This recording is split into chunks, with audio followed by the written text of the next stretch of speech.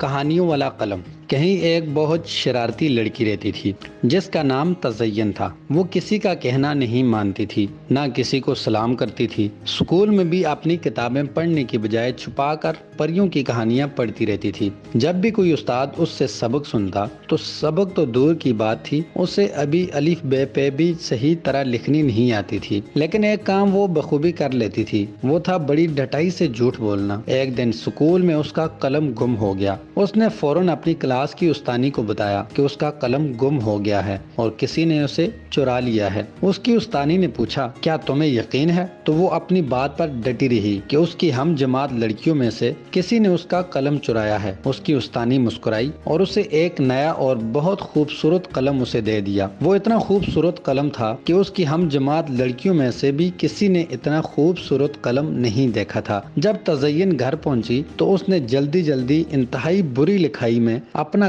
گھر کا کام کیا اور پھر باغ میں کھیلنے چلی گئی۔ اس نے دوبارہ اپنا گھر کا کام پڑھنے کی تکلیف بھی نہیں کی۔ وہ سارا دن شرارتیں کرتی رہی اور شام کو چھوٹے بھائی کو مارا بھی۔ اگلے دن استانی نے اس کا نام پکارا اور کہنے لگی، جو سبق میں نے تمہیں لکھ کر یاد کرنے کو کہا تھا وہ پڑھ کر مجھے سناؤ۔ تزین نے پڑھنا شروع کیا، لیکن جلدی شرم کے مارے اس کے چہرے کا رنگ ٹماٹر کی طرح سرخ ہو گیا۔ جادو کے قلم نے اس کا گھر کا کام نہیں کیا تھا، بلکہ اس کے سارے دن کی شرارتیں لکھ دی تھی۔ اس دن کی شرمندگی کے بعد تزین اب خاصی سدھر گئی ہے۔ اسے پتا ہے کہ وہ جب بھی شرارت کرے گی جادو کا قلم اس کی کاپی میں لکھ دے گا۔ بچوں، یاد رکھو، برے کام چھپ نہیں سکتے، اس لیے اچھے کام کرنے چاہیے تاکہ بعد میں شرمندہ نہ ہونا پڑے۔